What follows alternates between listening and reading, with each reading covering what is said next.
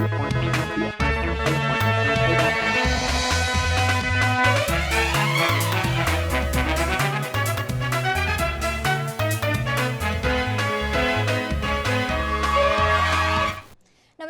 मैं हेमा कुशवाहा और आप देख रहे हैं राष्ट्रीय समाचार की खास मॉर्निंग बुलेटिन। वक्त हो चला है बड़ी खबरों का, मगर खबरों से पहले एक नजर हेडलाइंस पर।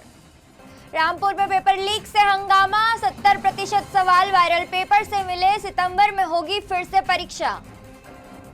पंजाब में बंद दिखा असर, हाईवे बाजार ठप, सिख बंदियों की रिहाई की मांग पर प्रदर्शन। चीनी कीमतों पर सरकार का बड़ा फैसला, 10 लाख टन ड्यूटी फ्री आयात मंजूर, 15 दिन की स्टॉक लिमिट लागू। राम मंदिर पर चंपत राय की चिट्ठी, 20 पेज के पत्र पर निवेश मिश्रा का जिक्र, चिट्ठी को लेकर चर्चा हुई तेज। इमरान खान अस्पताल से जेल लौटे, सुप्रीम कोर्ट के आदेश पर हुई जांच, इलाज को लेकर सियासी घमासान तेज। और इस वक्त की बड़ी खबर आ रही है, जहां जयपुर के स्कूल के बाहर बवाल हो चुका है। सीजेपी कार्यकर्ताओं के बीच मारपीट और झगड़ा दिखता नजर आ रहा है। इस वक्त की बड़ी ब्रेकिंग सामने आ रही है, जहां जयपुर के स्कूल के बाहर काफी बवाल हो चुका है। सीजेपी कार्यकर्ताओं से मारपीट हो चुकी है और आशुतोष रांका से धक्का मुक्की की खबर सामने आई है। ग्रामीणों ने भी इस चीज का विरोध किया है। सीजेपी कार्यकर्ताओं को गांव से खदेड़ने का आरोप है और गाड़ियों के शीशे भी तोड़े गए हैं। बड़ी खबर आ रही है कि जयपुर के स्कूल के बाहर बवाल चल चुका है। आशुतोष रांका से धक्का मुक्की, ग्रामीणों ने किया है विरोध।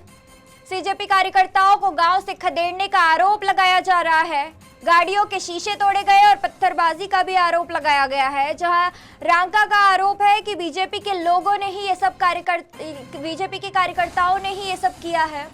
जयपुर के बगुरू इलाके के रामपुरा कावरपुरा गांव में सरकारी स्कूल को लेकर जमकर बवाल हो गया है। सीजेपी के स्कूल ठीक करो अभियान से पहुंचे कार्यकर्ताओं का ग्रामीणों ने विरोध किया और धक्का मुक्की के बाद मारपीट भी हुई है। आरोप है कि कार्यकर्ताओं की गाड़ियों में तोड़फोड़ की गई और शीशे तोड़े गए हैं। सीजेपी नेता आशुतोष रांका का आरोप है कि उनकी टीम पर बीजेपी कार्यकर्ताओं ने हमला किया है, जबकि ग्रामीणों ने इसे स्कूल के मुद्दे पर राजनीतिक हस्तक्षेप बताया है। इस वक्त की बड़ी खबर आ रही है। आज यहाँ रामपुरा में स्कूल का विजिट करने आए थे। यहाँ एक साल पहले भी साथी आए थे जो बसों के तबेलों में स्कूल चल रही थी, उसको ठीक करवाने के लिए, उसका विजिट करवाने के लिए यहाँ आए थे। यहाँ बीजेपी के और आरएसएस के गुंडे पहले से थे। उन्होंने लाठियों से मारा है, धक्का देकर के मारा है, पत्थरों से मारा है और मेरे साथ में धक्का देकर के गिराया, लाठियों से मारा, जिससे ये हाथ गया और ये इधर लगी। दर्द बहुत ज़्यादा हो रहा है। क्या क्या बोल रहे हैं, किस चीज़ का विरोध करा? अब पता नहीं उनको क्या दिक्कत है स्कूल ठीक होने से। अब वो पता नहीं क्या चाहते हैं। हम सिर्फ बच्चों के भविष्य के लिए गए थे कि बच्चों का भविष्य सुधरे। आपका नाम? संजू। रायपुर में इंदिरा गांधी कृषि विश्वविद्यालय यानी आईजीकेवी के सेमेस्टर एग्जाम का कथित तौर पर पेपर लीक होने से हड़कंप मच चुका है। परीक्षा शुरू होने से करीब 2 घंटे पहले ही प्रश्न पत्र व्हाट्सएप ग्रुप में वायरल होने का दावा किया गया है, जिसके बाद विश्वविद्यालय ने परीक्षा रद्द कर दी। ये परीक्षा सुबह 10 बजे से दोपहर 1 बजे तक होनी थी। विश्वविद्यालय की जांच में वायरल प्रश्न पत्र असली पेपर से पूरी तरह मेल नहीं खाया, लेकिन उसमें करीब 70% सवाल वास्तविक प्रश्न पत्र से मिलते जुलते पाए। इसके बाद प्रबंधन ने परीक्षा रद्द करने का फैसला लिया। मामले की जांच के लिए विश्वविद्यालय ने 4 सदस्यीय समिति बनाई है। अब यह पता लगाया जा रहा है कि प्रश्न पत्र की परीक्षा से पहले बाहर कैसे पहुंचा और विद्यालय के अज्ञात आरोपी के खिलाफ केस भी दर्ज किया जाएगा। कृषि मंत्री रामविचार नेताम के निर्देश पर बीएनसी की धाराओं के तहत एफआईआर दर्ज की गई है। विश्वविद्यालय के मुताबिक रद्द की गई परीक्षा अब सितंबर 2026 के पहले सप्ताह में दोबारा आयोजित करवाई जाएगी। मुख्यमंत्री विष्णु देवसाय ने भी मामले में दोषी पाए जाने वालों के खिलाफ सख्त से सख्त कार्यवाही का आश्वासन दिया है। वहीं कांग्रेस ने पेपर लीक को परीक्षा व्यवस्था की गंभीर विफलता बताते हुए निष्पक्ष और उच्च स्तरीय जांच की मांग की है। जी, हमारे संज्ञान में भी है और विश्वविद्यालय प्रशासन ने परीक्षा निरस्त कर दिया है और 5 सदस्यीय समिति का भी गठन हुआ है। उस पर जांच होगी और जांच के बाद रिपोर्ट आने पर दोषीदारों के ऊपर में सख्ती से कार्रवाई होगी। आज IGKV में BSc सेकेंड ईयर इंटोमोलॉजी का पेपर था, जिसका पेपर लीक का मामला सामने आया। NSY वहां पहुंच के ये मांग किया है कि पेपर रद्द हो। विश्वविद्यालय द्वारा आश्वासित तो किया गया है कि पेपर रद्द होगा, लेकिन लगातार देश भर में जिस प्रकार से पेपर लीक के मामले सामने आ रहे हैं वो कहीं ना कहीं निंदनीय है। IGKV में जो पेपर लीक हुआ है वो सुबह 8:45 में व्हाट्सएप ग्रुप में शेयर किया गया था। वही प्रश्न पत्र जब बच्चे एग्ज़ाम हॉल में देखते हैं तो आश्चर्यचकित हो जाते हैं, जिसके बाद छात्रों ने वहां हंगामा किया। हमको फ़ोन आया, कॉल आया, तो हमने भी विश्वविद्यालय प्रशासन से बात किया और पेपर लीक पे कड़ी से कड़ी कार्रवाई करने का और पेपर रद्द करने का मांग किया है। और NSY कल विश्वविद्यालय पहुँचकर कुलपति साहब और जो परीक्षा नियंत्रण अधिकारी है उसके इस्तीफे की मांग को लेकर प्रदर्शन करेगी, क्योंकि कहीं ना कहीं छात्रों के भविष्य के साथ ये सीधा प्रहार है। जो रात दिन मेहनत करते हैं उनके साथ ये अन्याय है, तो NSY इसको बिल्कुल भी बर्दाश्त नहीं करेगी। कौमी इंसाफ मोर्चा के आह्वान पर आज पंजाब बंद है। सुबह 7 बजे से दोपहर 2 बजे तक बुलाए गए बंद का असर कई इलाकों में दिखाई दे रहा है। खरड़ चंडीगढ़ हाईवे बंद है, अमृतसर में भी बस सेवाएं प्रभावित है और जालंधर खरड़ समेत कई जगह बाजार भी बंद है। खरड़ चंडीगढ़ हाईवे बंद होने के कारण हिमाचल से आने वाली कई बसों को खरड़ में ही रोक दिया गया है। चंडीगढ़ और दिल्ली जाने वाले कई यात्रियों को बसें आगे तक नहीं जाने के कारण सामान लेकर पैदल आगे जाना पड़ रहा है। मोर्चा की प्रमुख मांगों में सजा पूरी होने के बावजूद जेलों में बंद सिखों की रिहाई और महत्वपूर्ण मुख्यमंत्री बेअंत सिंह की हत्या के दोषी जगतार हवारा की पैरोल शामिल है। मोर्चा ने मेडिकल सेवाएं, एयरपोर्ट जाने वाले यात्रियों और शादी या अंतिम संस्कार में शामिल होने वाले बंद से छूट दी है। अमृतसर में पुलिस ने सुरक्षा के लिए शहर को 3 जोन में बांट दिया है और हर जोन की निगरानी DCP स्तर के अधिकारी कर रहे हैं। पुलिस स्थानीय जत्थेबंदियों के साथ लगातार समन्वय बनाए हुए है।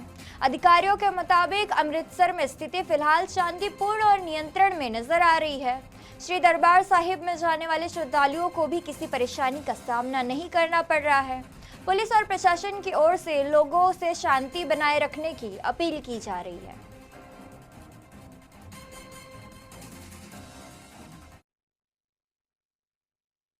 हरमनवीर सिंह गिल IPS, उनके दिशा निर्देश पे सिटी को जोन को जो 3 हिस्सों में डिवाइड किया हुआ है अमृतसर सिटी को, जोन 1, 2, 3, उसके ऊपर तीनों जोन्स में DCP लेवल के ऑफिसर्स जो हैं वो डिप्यूट किए गए, उनके साथ हमारी फोर्सेस हैं। सुबह से ही हम सिचुएशन को मॉनिटर कर रहे हैं। उसके बाद सिचुएशन सारी पीसफुल है, कंट्रोल में है। हम जथेबंदियों के साथ लगातार तालमेल में हैं। जो इमरजेंसी सर्विसेज हैं वो सभी चल रही हैं, मेडिकल सर्विसेज सभी चल रही हैं। इस टाइम पे हम यहाँ पर जब खड़े हैं, ये हॉल बाज़ार का एरिया, बाज़ार बंद है क्योंकि अभी टाइम भी नहीं हुआ, वैसे भी इस टाइम तक खुलता ही नहीं है। लेकिन इनकी भी जो तरफ से जो हमें बताया था कि फोर्सफुल कुछ नहीं करेंगे, सो उसी को मद्देनज़र रखते हुए ये जो रास्ता है ये भी श्री दरबार साहिब को जाने वाला रास्ता है। तो यहाँ पर जो यात्री आ रहे हैं, किसी को भी किसी की तरह की कोई दिक्कत नहीं हम आने दे रहे। वो अपना रूटीन में गुरुद्वारा साहब मत्था टेकने जा रहे हैं। बाकी हम जथेबंदियों के साथ तालमेल में हैं, सिचुएशन को पीसफुल ही मेंटेन करके रखा जाए। मुंबई के कुर्ला के कुरैशी नगर इलाके में शुक्रवार सुबह बड़ा हादसा हो गया। MMRDA के काम के दौरान एक विशाल क्रेन अचानक पलटकर रेलवे के ओवरहेड बिजली लाइन पर जा गिरी। क्रेन की चपेट में आसपास के कई मकान और झोपड़ियां भी आ गई। बताया जा रहा है कि इलाके में पुरानी इमारत को हटाने के लिए पॉकलेन मशीन को ऊपर पहुंचाने की तैयारी चल रही थी। इसी दौरान मशीन को उठाते वक्त क्रेन का संतुलन बिगड़ गया और वह पलटकर गिर गई। देखते ही देखते क्रेन का बड़ा हिस्सा आसपास के घरों पर जा गिरा, जिससे इलाके में अफरा तफरी मच गई। BMC के मुताबिक हादसे में कुल 8 घायलों को अस्पताल पहुंचाया गया है।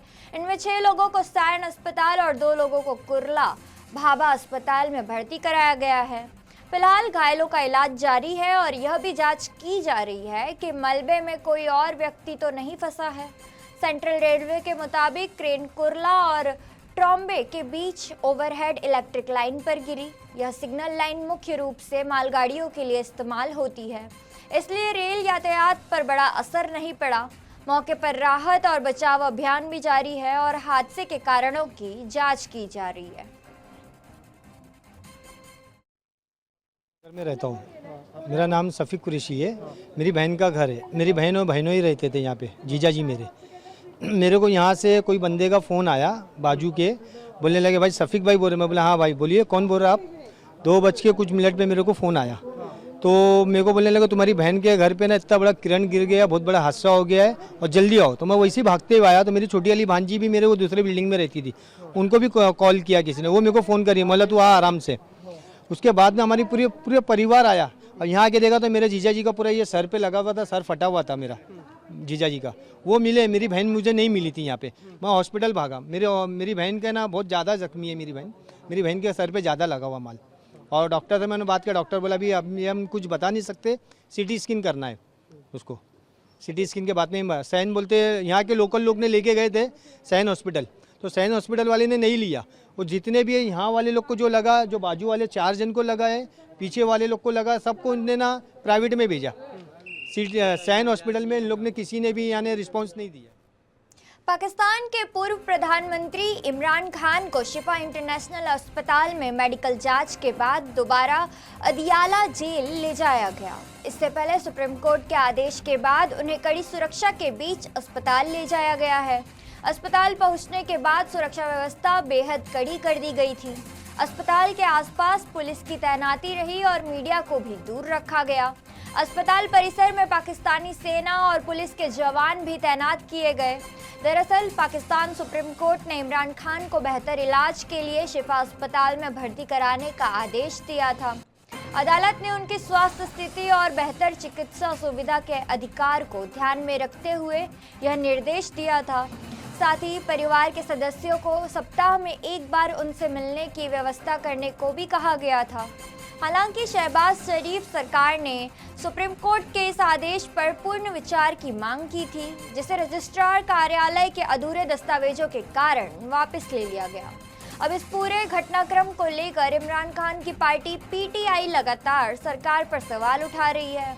अब अस्पताल से इमरान खान की वापसी के बाद उनकी सेहत और जेल में इलाज को लेकर सियासी विवाद एक बार फिर तेज होने के आसार दिख रहे हैं।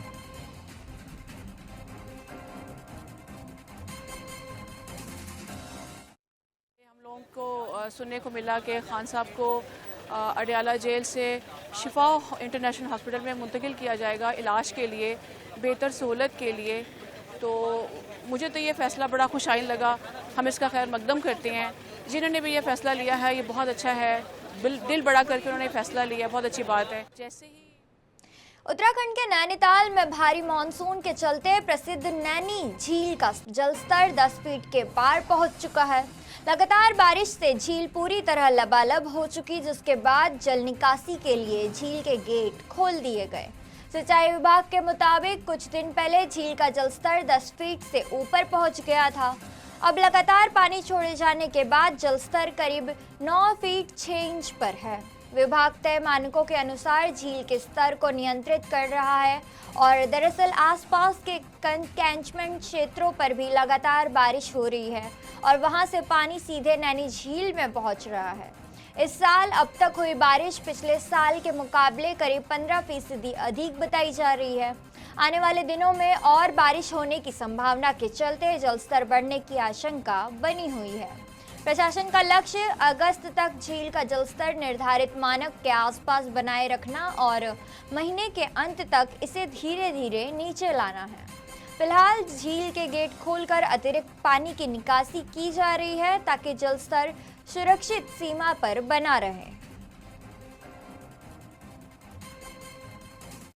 आज सुबह हमारा जलस्तर 87.7 इंच रहा है और बारिश हमारी अभी तक की 1500% mm रिकॉर्ड की गई है, और जबकि लास्ट ईयर ही है 1522 mm थी, जो कि पिछले साल से लगभग 43 mm पानी बरसात इस बार ज़्यादा है, रिकॉर्ड हुई है और आगे भी बारिश लगातार बढ़ने की संभावना है। संभवतः बारिश ठीक रहेगी और लेवल भी बढ़ने की संभावना है, जिसको रेगुलेट करने के लिए ही हमारे यहाँ गेटों का संचालन। प्रयागराज में गंगा और यमुना का जलस्तर तेजी से बढ़ने के बाद बाढ़ का खतरा बना हुआ है। दोनों नदियों में उफान के कारण शहर और आसपास के इलाकों में पानी घुसने लगा है। प्रशासन ने संवेदनशील क्षेत्रों में सतर्कता बढ़ा दी है और पिछले 36 घंटों में गंगा का जलस्तर करीब 44 सेंटीमीटर और यमुना का 73 सेंटीमीटर बढ़ा है। छटनाग में दोनों नदियों का जलस्तर करीब 71 सेंटीमीटर बढ़ा है। कानपुर और हरिद्वार बैराज के साथ नजोरा और माता टीला बांधों के पास पानी छोड़े जाने का असर से नदियों के जलस्तर पर भी भारी असर पड़ा है। वहीं केन बेतवा, चंबल और टोंस जैसी नदियों का पानी भी गंगा यमुना में पहुंच रहा है। बढ़ते जलस्तर के चलते संगम क्षेत्र और आसपास के इलाकों में हालात गंभीर होते नजर आ रहे हैं। बड़े हनुमान जी के कॉरिडोर तक बाढ़ का पानी पहुंच चुका है। वहीं मेजा कोराव और बारा क्षेत्र के रपटों पर पानी आने के कारण प्रशासन ने लोगों से आवागमन न करने की अपील की है। फिलहाल जिला प्रशासन लगातार हालात की निगरानी कर रहा है और बाढ़ राहत चौकियों को सक्रिय कर दिया गया है। प्रशासन ने लोगों से खासकर बच्चों को नदी के राफ्टों के आसपास जाने से बचने की हिदायत दी है।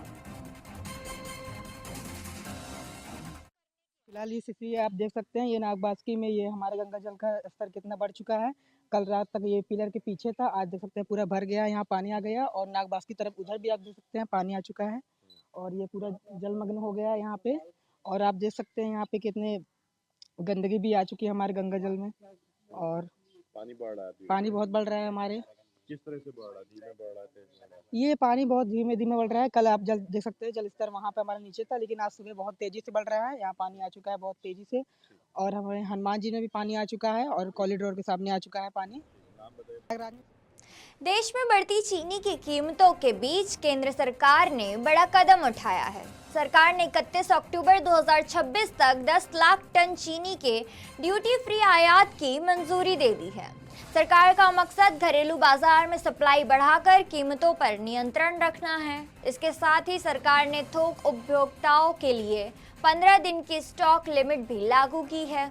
यानी कारोबारी हर महीने 10 टन से ज़्यादा चीनी इस्तेमाल करते हैं तो वे अधिकतम 15 दिनों तक की जागरूक के बराबर ही स्टॉक रख सकेंगे। चीनी की कीमतों में हाल ही में के दिनों में तेज़ उछाल देखने को मिला है। उद्योग से जुड़े करीब लोगों के मुताबिक कीमत करीब 65 रुपये प्रति किलो तक पहुंच गई है, जबकि एक साल पहले ही यह करीब 46 रुपये प्रति किलो के आसपास थी। वहीं चीनी उद्योग संगठन यानी ISMA ने देश में चीनी की कमी से इनकार किया है और कहा है कि कीमतों में तेज़ी का एक कारण सट्टेबाजी और पैनिक बाइंग भी हो सकता है। संगठन को उम्मीद है कि नया चीनी सीजन समय से पहले शुरू होने से बाजार में नई सप्लाई पहुंच जाएगी। सरकार के इस फैसले से त्योहारों के सीजन में चीनी की कीमतों को नियंत्रित करने की कोशिश की जा रही है। चीनी से इंपोर्ट की ड्यूटी सरकार ने हटाई है।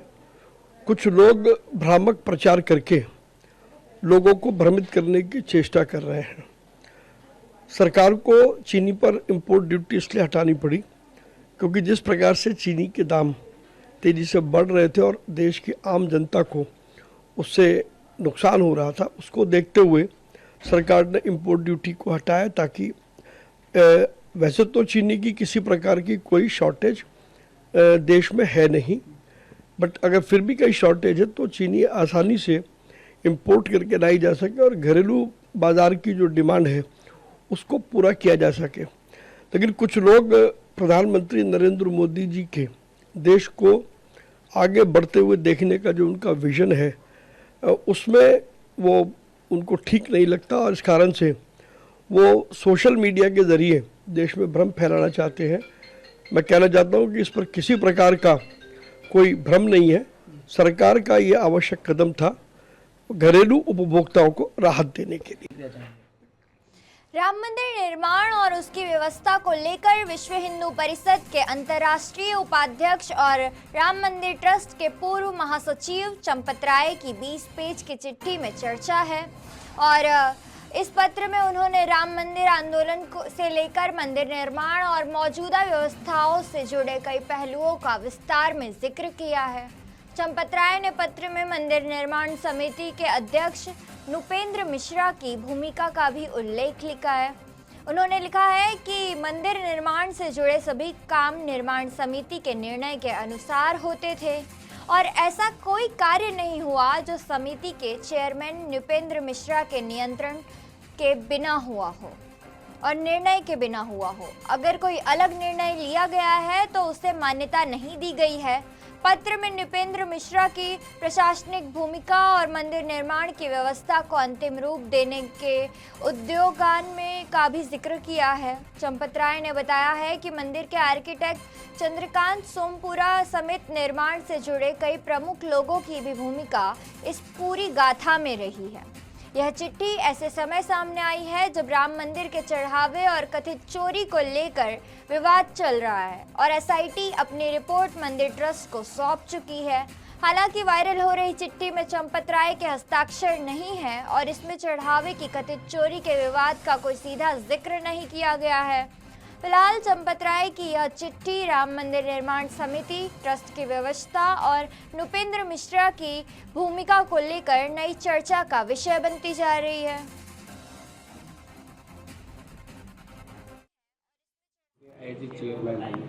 कौन सा पत्र? चंपत राय का एक पत्र है, हाँ 9 पेज का लिखा है, हाँ हाँ जिसमें आप पर एलिगेशन भी लगा गया है कि आप मनचाही कंपनियों को शामिल किए हैं, मनचाहे लोगों की नियुक्ति किए हैं। वो सारा ठीक रहा, आप पर छोड़ रहे हैं, ऐसा कुछ? मैंने ऐसा कोई पत्र देखा नहीं है और जब तक मैं पत्र को देखूं नहीं तब तक मैं केवल यह आपको जवाब दूंगा कि ये आप लोगों की मनगढ़ंत गाथा होगी। शायद इस प्रकार का कोई पत्र और कोई इस प्रकार की आलोचना 9 पन्ने का भी होगा तो उसमें उन्होंने इस प्रकार की कोई आलोचना नहीं की होगी। और ये केवल आप लोग जो हैं वो मनगढ़ंत चाहते हैं कि हर जगह पे आप विवाद पैदा करना चाहते हैं। आप विवाद करने के लिए इस प्रकार का मेरे सामने प्रस्तुतिकरण कर रहे हैं। गुजरात के कांडला में चल रहे ग्रीन हाइड्रोजन कॉन्क्लेव 2026 के बीच बंदरगाह को देश के बड़े ग्रीन हाइड्रोजन हब के तौर पर विकसित करने की तैयारी तेज हो गई है। केंद्रीय मंत्री सर्बानंद सोनोवाल ने कहा कि कांडला पोर्ट की कार्गो क्षमता 300 मिलियन मीट्रिक टन तक पहुंचने के साथ इसे दुनिया के प्रमुख ग्रीन हाइड्रोजन हब में शामिल करने का लक्ष्य है। इसी दिशा में दीनदयाल पोर्ट अथॉरिटी यानी डीपीए ने ओसवाल ग्रीनर्जी एनर्जी के साथ 5 मेगावाट क्षमता के ग्रीन हाइड्रोजन प्लांट के डिज़ाइन और स्थापना के लिए समझौता किया है। इस प्लांट से हर साल करीब 800 से 840 मीट्रिक टन हाइड्रोजन उत्पादन का लक्ष्य रखा गया है। तैयार होने के बाद इस हरित हाइड्रोजन का इस्तेमाल बंदरगाह के वाहनों, बसों और अन्य सुविधाओं में किया जाएगा। सरकार इसे राष्ट्रीय ग्रीन हाइड्रोजन मिशन के और सागरमाला परियोजना के तहत स्वच्छ ऊर्जा को बढ़ावा देने वाली बड़ी पहल मानी जा रही है। वहीं कांडला में ग्रीन हाइड्रोजन एक्सीलेंस सेंटर भी विकसित किया जा रहा है। इसका उद्देश्य नई तकनीकी पर रिसर्च और इनोवेशन को बढ़ावा देना है। आगे चलकर कांडला को हाइड्रोजन के उत्पादन के साथ साथ उसके निर्यात के बड़े केंद्र के रूप में विकसित करने की तैयारी की जा रही है।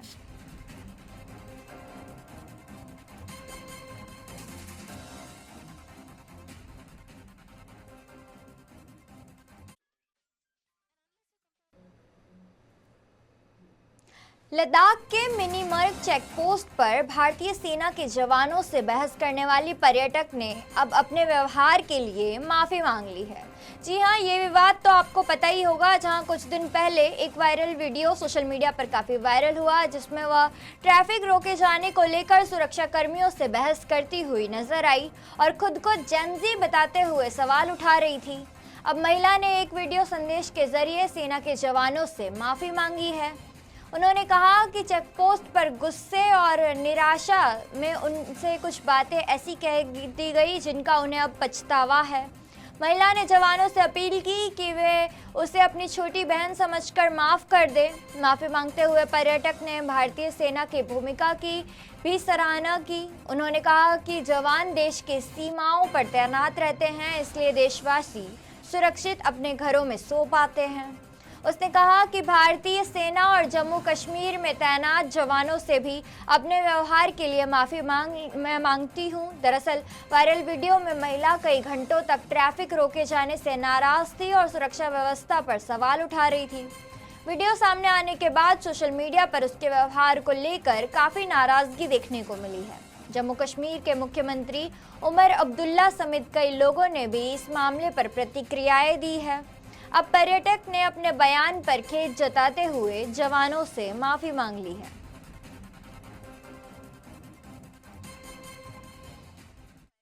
मेरी वजह से किसी जवान को इतना लगे कि आप लोग हमारे लिए बॉर्डर्स पे रहते हैं और मैंने इतना गलत किया, जो कि मैंने फ्रस्ट्रेशन में आके किया, तो मेरे से बहुत बड़ी गलती हो गई। तो प्लीज मेरी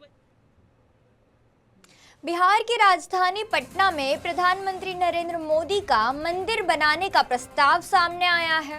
यह प्रस्ताव बिहार राज्य के किन्नर कल्याण बोर्ड की पहली बैठक में रखा गया, जिसमें प्रधानमंत्री मोदी की आदमक सोने की प्रतिमा लगाने की बात कही है। किन्नर कल्याण बोर्ड के सदस्य डॉक्टर राजन सिंह के मुताबिक उन्होंने 29 तारीख को हुए बोर्ड की बैठक में यह प्रस्ताव रखा था। उनका कहना है कि 2019 के ट्रांसजेंडर प्रोटेक्शन एक्ट से किन्नर समुदाय को अधिकार और सम्मान मिला है और इसी वजह से वे प्रधानमंत्री नरेंद्र मोदी के सम्मान में मंदिर बनाना चाहते हैं। डॉक्टर राजन सिंह के अनुसार प्रस्ताव को बैठक में मंजूरी दे दी गई है और अब इसे आगे मंत्रिमंडल सचिवालय के पास भेजा जाएगा। मंदिर के लिए सरकार से 5 एकड़ जमीन और करीब 112 करोड़ रुपए के बजट की मांग की गई है। हालांकि मंदिर के निर्माण को लेकर अभी सरकार की अंतिम मंजूरी और जमीन बटन आवंटन बाकी है। प्रस्ताव सामने आने के बाद ये मामला बिहार की राजनीति और सामाजिक क्षेत्र में चर्चा का विषय बना हुआ है।